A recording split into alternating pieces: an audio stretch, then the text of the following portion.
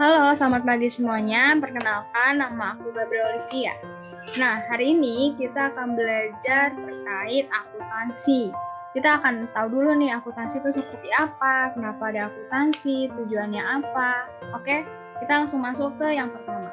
Kita bahas dulu pengertian dari akuntansi. Nah, secara umum di sini dijelaskan akuntansi adalah suatu proses mencatat, meringkas, mengklasifikasikan, mengolah dan menyajikan data transaksi serta berbagai aktivitas yang berhubungan dengan keuangan, sehingga informasi tersebut dapat digunakan oleh seseorang yang ahli di bidangnya dan menjadi bahan untuk mengambil suatu keputusan. Jadi secara umum pengertian akuntansi adalah kita melakukan pengolahan data dari data mentah sampai terjadilah ada namanya laporan pencatatan, di mana laporan pencatatan itu untuk digunakan sebagai pengambilan keputusan. Siapa yang akan diambil, siapa yang mengambil keputusan itu dari pihak manajemen, dari pihak perusahaan, bisa juga dari investor. Selanjutnya kita lihat dulu pengertian akuntansi secara KBBI. Di sini dia bilang akuntansi itu adalah suatu teori dan praktek perakunan termasuk tanggung jawab, prinsip, standar, kelaziman, dan semua kegiatan yang berhubungan dengan akuntan. Disebut juga sebagai seni pencatatan dan pengikutsaran transaksi keuangan. Jadi kalau secara KBBI, akuntansi itu adalah sebuah seni. Gitu. Biasanya kan kita tahu seni itu identik dengan menggambar, melukis, kreativitas kayak gitu. Nah di sini dijelaskan akuntansi itu juga merupakan satu seni pencatatan. Gitu. Jadi mencatat itu tidak hanya mencatat keluar masuknya uang saja gitu, tapi kita juga mencatat ada kapan harus di bagian debit, kapan harus di bagian kredit, apakah ini akan dicatat ke bagian keuangan yang akan lebih mendalam atau keuangan yang lebih mendasar kayak gitu. Jadi di sini juga ada seni pencatatan. Jadi seni ketika mencatat itu tidak semuanya itu ada di bagian satu rata gitu. Ketika kita melihat buku laporan pencatatan atau jurnal, itu akan kita lihat ada banyak banget yang namanya space gitu. Kita kadang bingung kan, kenapa sih harus ada space ini, kenapa sih space kebanyakan. Nah itu merupakan suatu seni gitu. Dari seni space itu kita akan tahu, oh ini maksudnya dimasukkan ke kredit gitu, oh ini artinya transaksi yang baru, oh ini ada transaksi lanjutan kayak gitu. Jadi akuntansi itu adalah sebuah seni kalau secara KBBI. Sekarang menurut ahli kita, pengertian akuntansi menurut ahli. Di sini ada ahli yaitu Donald A. Chieso et al. Nah, Bapak Chieso sendiri ya yang sering kita istilahnya dengan Bapak Chieso, itu dia sudah menerbitkan banyak sekali buku akuntansi, pelajaran akuntansi. Bapak Chieso ini tuh sangat terkenal karena akuntannya. Menurut Bapak Chieso, dia mengatakan bahwa akuntansi itu terdiri dari 3 macam kegiatan yang mendasar. Ada pencatatan, lalu ada pengidentifikasian, dan juga ada yang namanya pengorganisasian. Jadi menurut Bapak Chieso, dia mengatakan pencatatan mengidentifikasi kegiatan transaksi keuangan dengan satuan mata uang yang sama, serta pengkomunikasian kegiatan ekonomi sebuah organisasi kepada semua pihak yang memiliki kepentingan. Jadi menurut Bapak Chieso, transaksi itu tuh dimulai dari pencatatan. Setelah kita mencatat, kita akan namanya identifikasi keuangan ini transaksinya masuk ke bagian mana. Nah, setelah dipecah transaksinya, pengklasifikasiannya, kelompokannya, nah hasil dari pencatatan itu akan dipakai untuk dikomunikasikan ke pihak yang membutuhkan. Jadi pihak-pihak yang memiliki kepentingan seperti yang tadi dibahas, ada dari pihak perusahaan, ada juga pihak dari eksternal. Nah, di sini ada yang namanya pengertian dari Keputusan Menteri Keuangan Republik Indonesia nomor 476 KMK 01 tahun 1991. Nah, menurut keputusan Menku, dia mengungkapkan bahwa akuntansi adalah suatu proses pengumpulan, pencatatan, penganalisian, peringkasan, pengklasifikasian, dan pelaporan dari satu kesatuan ekonomi untuk menyediakan informasi bagi para pemakai untuk pengambilan keputusan. Jadi kalau dibilang mirip-mirip ya pengertian akuntansi gitu. Jadi di sini dia bilang akuntansi itu pasti dimulai dari yang namanya input dulu. Input itu tuh ada data mentah gitu kan. Data mentah itu kan berarti kita kumpulkan dulu. Nah, dikumpulkan dari mana aja gitu. Dari divisi-divisi, terus juga dari misalkan transaksi gudang, atau enggak transaksi jual beli dari pemerintah, atau transaksi dari manajemen sendiri. Jadi semua kumpulan transaksi itu dikumpulkan. Nanti akan ada yang namanya dianalisa. Setelah dianalisa dikelompokkan lagi, diklasifikasikan gitu. Ini masuk ke transaksi untuk pencatatan keuangan, atau ini untuk transaksi akuntansi biaya, atau untuk akuntansi proses, atau akuntansi di bagian manajemen. Jadi akuntansi sendiri itu dia ada banyak bidangnya, tapi di sini kita akan lebih bahas terkait apa itu dasar dari akuntansi. Oke.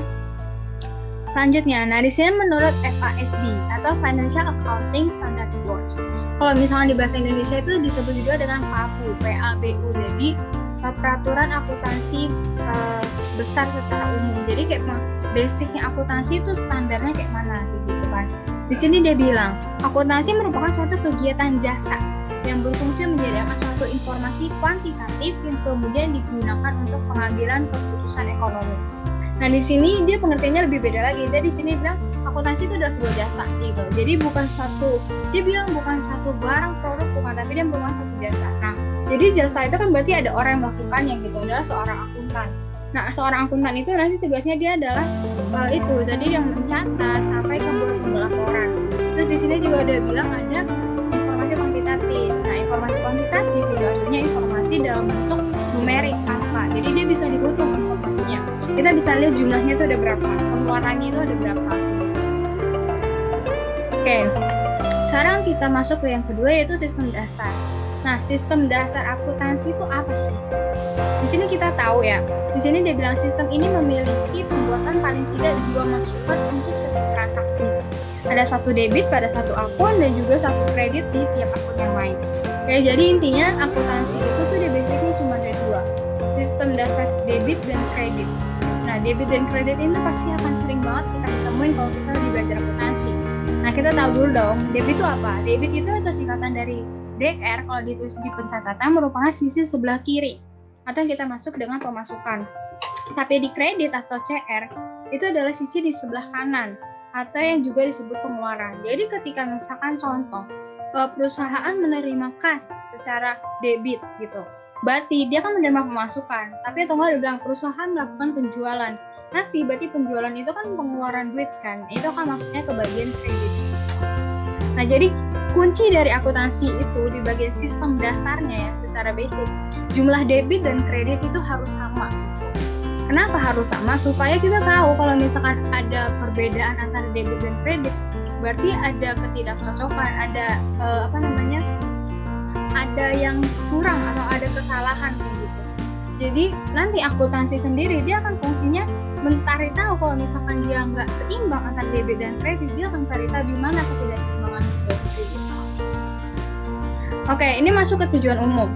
Oke, tujuan umum akuntansi itu ada 3. Oke, yang pertama dia melakukan pencatatan. Iya, benar banget. Dia melakukan pencatatan dari setiap transaksi yang ada.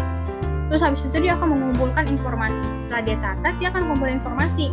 Ini uang dapat dari mana, dananya dari mana, ini dana dikeluarkan kemana aja, ada kebutuhan apa aja, ada peminjaman apa aja, bagaimana bagian gudang. Jadi semua informasi terkait keuangan transaksi itu akan dikumpulkan oleh akuntansi. Lalu yang ketiga adalah dia melaporkan informasi tersebut. Jadi dia melaporkannya bukan hanya dalam bentuk, nih Pak, saya dapat ini angka-angkanya dari sini, enggak. Tapi dia dalam bentuk suatu jurnal, dalam satu basic, dan dia juga bisa digambarkan dalam bentuk diagram. Jadi ketika penerima laporan itu, dia nggak akan bertanya ini angka dapat dari mana gitu. Tapi si akuntan itu dia bertanggung jawab untuk bagaimana laporan hasilnya dia itu akan mudah dibaca oleh si penerima. Nah, ada laporannya tuh terkait keuangan, ada kinerja, posisi keuangan yang juga harus khas dalam sebuah bisnis. Nah, informasi ini nantinya akan digunakan sebagai dasar dalam membuat keputusan ekonomi. Nah, selanjutnya tujuan khusus. Tadi kita udah masuk ke tujuan umum. Nah, secara tujuan khusus, dia menyediakan informasi dalam bentuk laporan yang memuat posisi keuangan, hasil usaha, dan perubahan posisi keuangan lainnya secara wajar, sesuai prinsip akuntansi berterima umum atau PABU, atau kalau dalam bahasa Inggris disebut sebagai Generally Accepted Accounting Principles. Oke, jadi secara tujuan khususnya dia itu adalah menyediakan informasi dalam bentuk laporan. Jadi laporannya dia juga harus numerik kan, karena berkaitan dengan transaksi keluar masuk. Nah, di sini ada terkait posisi keuangan perusahaan. Jadi kita akan tahu keuangan perusahaan itu sedang baik atau tidak gitu. Terus hasil usahanya, kita akan tahu hasil usahanya nanti itu apakah akan ada yang namanya penurunan atau hasil usaha dari penjualannya itu akan menerima laba yang tinggi gitu. dan juga perubahan posisi keuangan. Nah, maksudnya perubahan posisi keuangan adalah apabila di masa lalu, maksudnya masa lalu itu kayak 1 bulan ya, bukan dalam bentuk tahunan gitu. Misalkan 1 bulan yang lalu posisi keuangannya membaik, tapi sekarang posisi keuangannya turun. Jadi di sini perusahaan tahu bagaimana akuntansi itu bekerja, apa yang kekurangan dari mereka punya kinerja kayak gitu. Nah, ini harus sesuai dengan prinsip akuntansi bertrimamum atau PAB. Jadi dimaksud dengan PABU itu adalah setiap akuntansi mereka punya standar sendiri gitu. Standarnya mereka itu harus seperti apa? Kayak misalkan akuntansi harus debit dan kredit, itu juga termasuk dalam PABU. Kalau misalkan mereka bilang debitnya 1 tapi 2 kredit, itu kan nggak nyambung ya, agak kurang yang namanya seimbang. Jadi di dalam prinsip akuntansi itu mereka harus seimbang antara debit dan kredit. Jadi mereka nggak boleh yang namanya melenceng dari PABU. Selanjutnya kita masuk ke fungsi. Nah, fungsinya di sini tuh dia adalah menyediakan informasi dalam bentuk laporan yang memuat posisi keuangan. Oke, di sini terkait yang penyediaan informasi, di sini dia bilang informasi itu mengenai keuangan. Dan tadi kita udah bahas. Nah, keuangan sendiri itu ada hak aktiva, ada pasiva. Lanjut juga dia akan menyediakan informasi itu mengenai perubahan pada berbagai sumber ekonomi. Jadi maksudnya ketika perusahaan itu ada perubahan angka, perubahan keuangan, kita tahu dari mana perubahan itu terjadi. Informasi itu tuh juga menyediakan. Terus dia juga memberikan informasi keuangan perusahaan yang dapat membantu dalam pembuatan potensi keuntungan. Jadi setelah kita ambil ada informasi tersebut, perusahaan tuh bisa planning. Perusahaan bisa memberikan rencana untuk depannya itu nanti mau seperti apa gitu. Oke, sekarang lanjut ke yang namanya fungsi. Di sini ada 3 fungsi dari akuntansi. Yang pertama adalah merekam catatan transaksi. Nah, yang dimaksud dengan merekam catatan transaksi adalah supaya catatan transaksi itu tuh yang sudah dicatat di dalam sekarang yang serba elektronik digital itu akan termasuk secara sistematis dan kronologis. Nah, maksudnya kronologis adalah ketika ada penjualan atau pembelian di jam-jam tertentu, itu nggak tercatat secara acak gitu. Misalkan penjualan jam 1, nanti transaksi di jurnal itu akan terjadi di jam 1. Jadi misalkan catatan di jam 3, nanti ada juga transaksi di jam 3. Pembelian misalkan di jam 2, nanti pembelian di jam 2 akan masuk ke jam 2 gitu. Jadi pencatatnya itu langsung sistematis dan kronologis gitu. Jadi kita nggak usah bingung gitu. Ini tadi belanjanya di jam berapa ya gitu. Nggak cuma sekedar mencatat ada belanja apa saja, tapi juga dijelaskan di jam-jam tertentu kapan saja pencatatan itu ada gitu. Nanti hasil dari catatan transaksi itu akan diteruskan ke account ledger gitu. Jadi account ledger adalah buku besar gitu. Di situ di buku besar kita akan tahu secara besar catatan itu ada apa aja gitu. Kalau tadi catatan transaksi secara per transaksi, misal penjualan dan pembelian saja, nanti di account ledger kita bisa lihat ada penjualan, pembelian, terus ada juga pemkreditan kayak gitu. Nah, fungsi yang kedua adalah membantu melindungi properti dan aset berharga. Nah, yang pertama adalah dengan cara menghitung penyusutan aset. Maksudnya kenapa? Penyusutan aset itu bisa membantu melindungi properti dan aset karena dengan penyusutan aset itu kita bisa tahu nih harga yang aset kita terima dengan harga aset yang akan nanti kita dapatkan di tahun depan atau di tahun sebelumnya itu akan ada perubahan gitu. Dari perubahan itu tuh kita bisa mendapatkan yang namanya keuntungan gitu. Jadi ketika misalkan kita punya aset tanah, terus kita mau jual aset tanah di tahun berikutnya, otomatis aset tanah itu tuh kita akan tahu akan ada pengurangan atau pertambahan.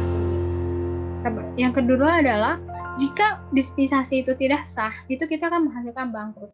Disipasi itu adalah perhitungan gitu. Jadi misalkan kita punya perhitungan penyusutan, terus penyusutan aset perhitungan kita itu nggak sah gitu, maksudnya nggak secara mengikuti undang-undang, nggak mengikuti pada perhitungan yang ada gitu. Tapi asal kita bikin, itu akan bisa bangkrut gitu. Makanya ketika kita melakukan penyusutan itu harus sah gitu, supaya disipasinya itu membuat kita itu tidak bangkrut. Yang ketiga adalah fungsi akuntansi mengkomunikasikan hasil. Untuk apa sih kita mengkomunikasikan hasil? Jadi kita perlu mengkomunikasikan hasil, yaitu adalah untuk membuat keputusan penting. Keputusan penting perusahaan itu nanti dia akan berefek kepada keputusan untuk pihak eksternal kayak gitu. Misalkan ada dividen, pembagian keuntungan. Nah, perusahaan tuh bilang kalau misalkan keuntungan kita sekarang sedikit, terus kita mau bagi ke para pemegang saham, para investor, apakah perusahaan itu akan tahu gitu? Apakah mereka akan menanggung beban gitu? Jadi atau misalkan dividennya tinggi gitu kan. Nah, perusahaan akan dengan mudah memberikan dividen ke pihak-pihak luar kayak gitu. Selanjutnya, ini adalah manfaat dari akuntansi. Yang pertama adalah sebagai sarana informasi keuangan. Di sini dibilang proses akuntansi itu kan memberikan informasi keuangan kan bagi pemegang kepentingan kayak perusahaan atau pihak eksternal kayak gitu. Atau misalnya perusahaan itu terbuka, berarti bisa untuk masyarakat gitu. Jadi maksudnya sebagai sarana informasi keuangan itu tuh bisa menjadi basic dalam mengambil keputusan. Jadi misalkan dia punya informasi keuangan itu, perusahaan itu sedang mengalami penurunan gitu. Nanti perusahaan itu akan tahu apakah nanti akan diambil planning ke depannya seperti apa, ataukah keuntungannya mereka akan di hold atau ditahan gitu. Yang kedua adalah sebagai bahan evaluasi untuk planning ke depannya. Ini masih berhubung dengan poin pertama. Jadi setelah kita dapat bahan evaluasi itu, kita udah tahu dia ada keuntungan atau kelebihan, itu kita bisa tahu untuk ke depannya perusahaan akan seperti apa gitu. Jadi perusahaan tuh bisa tahu, contohnya setelah melakukan pencatatan keuangan nih, itu sudah diketahui kalau ternyata perusahaan itu ada ternyata bolos. Perusahaan itu terlalu boros, dia mengeluarkan terlalu banyak uang misalkan untuk pembelian mesin gitu. Ternyata mesin yang dipakai di perusahaan itu tidak dipakai secara keseluruhan gitu, hanya dipakai misalkan dari 5 dipakai hanya 2. Nah di sini perusahaan bisa tahu, oh berarti untuk bulan kedepannya atau untuk periode berikutnya itu tidak perlu membeli mesin baru, mereka hanya perlu menggunakan mesin yang ada dulu. Lalu yang ketiga itu adalah sebagai alat kontrol dan bukti keuangan dan transaksi. Nah maksudnya apa? Jadi kan pencatatan keuangan itu kan dilakukan sama seorang akuntan. Nah, akuntan tuh harus melakukan pencatatan itu dengan baik, dengan teliti. Nah, nanti dari hasil dia punya transaksi, dia punya pencatatan, itu akuntan tuh harus mempertanggungjawabkannya gitu. Jadi ketika dia lihat ada pencatatan nih, perusahaan pegang lihat mereka punya laporan, mereka tuh perusahaan tuh nggak akan bertanya lagi ini uang dapat dari mana, ini dikeluarkan kemana saja kayak gitu. Tetapi si akuntan tuh harus sudah menyediakan laporan keuangan ini tuh dipakai untuk mana aja gitu, pembelian kah, atau misal untuk ada namanya hutang kayak gitu. Jadi itu akuntan harus sudah ada yang menyediakan laporan yang lengkap kayak gitu. Lalu yang terakhir adalah sebagai alat untuk mengelola keuangan. Nah maksudnya alat untuk mengelola keuangan itu seperti apa kayak gitu. Jadi kan akuntansi tadi udah punya laporan kan, dari laporan itu tuh perusahaan tuh bisa tahu untuk kedepannya kayak tadi, apakah mereka perlu membeli bahan lagi ya, apakah mereka perlu membeli mesin baru lagi, atau mereka perlu yang namanya menjual aset mereka gitu.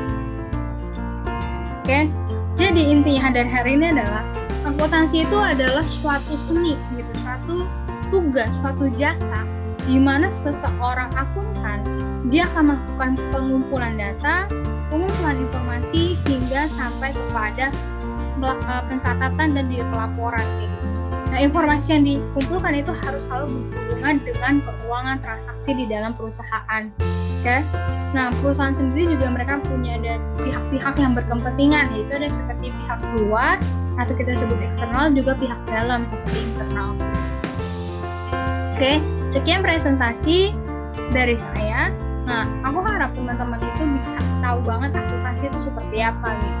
Untuk teman-teman yang mau bergabung untuk bisa masuk ke jurusan akuntansi, aku tuh sangat berharap teman-teman tuh benar-benar bisa mampu untuk mengetahui akuntansi itu seperti apa. Jadi ketika teman-teman masuk, teman-teman gak bingung akuntansi itu seperti apa kayak gitu, karena kita pasti akan berurusan dengan pelaporan gitu. Sekian, aku harap kita bertemu di video berikutnya. Sampai jumpa.